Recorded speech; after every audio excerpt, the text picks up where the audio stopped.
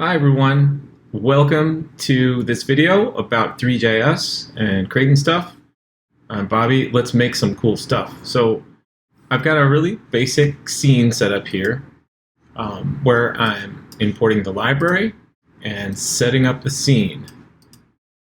Okay, got a camera, got a renderer, and I'm creating a box geometry, a basic material, and then a mesh, which represents that 3D object, and adding it to the scene.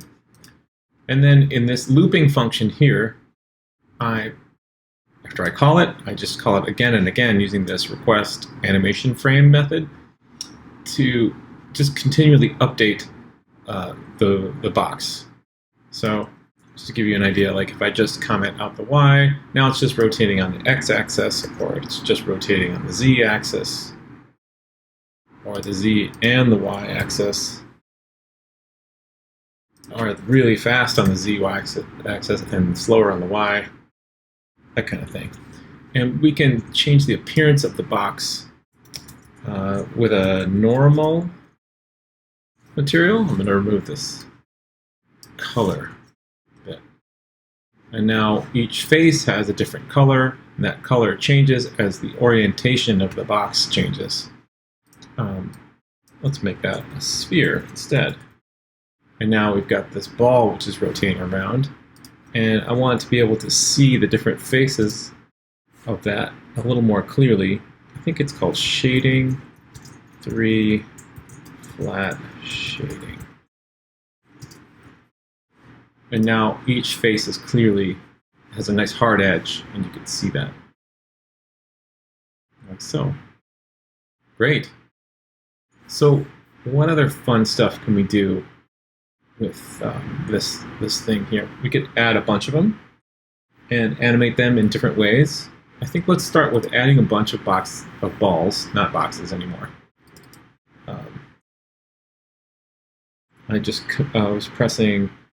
I double-clicked on the word box, the variable, and then I typed Command D on my keyboard to call that ball instead, because that's what it is.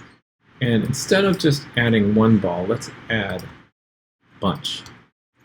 I'll create a function called add ball, and return ball, close bracket. And then I'll create let's say let numballs equals 20. And create a for loop for let I 0, well, I is less than numballs, and I plus equals 1. You can use plus plus if you feel like it. And we'll say let ball equal get ball, and scene.add ball. Now we should have, well, I'm going to remove this too. Now, what happened? Oh, I called get ball and add ball. Let's do get ball instead. So I believe we've got, by the way, let's do anti-aliasing for that. I'm going up to the declaration of the renderer here on line 8, and I'm going to add anti-alias is equal to true. And on my keyboard, just type Shift Option F to kind of format the document. I don't see a difference. Oh well. Okay. I don't see a difference in aliasing, but whatever. Let's move the balls around a little bit so that we can actually see them. Right now, they're all kind of stacked on top of each other. In fact, if we just rotate them, x equals 3.matutils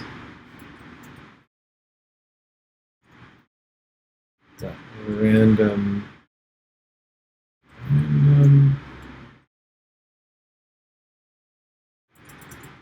Gosh, I forgot what it's called. I need to go check the file here.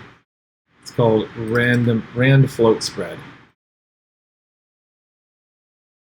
Whoops. And then give it a range, math.py. Look at that.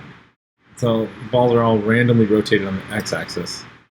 And it looks pretty weird and cool. I'm going to keep that and go position dot x equals that same. I like that same utility. Random float spread 10. Now the balls are all spread out and rotated on the x-axis. By the way, I'd like to be able to move around inside the scene, which I can't really do right now, but I happen to know how to add that functionality because I have it in another file. So I'm just going to drag that down here.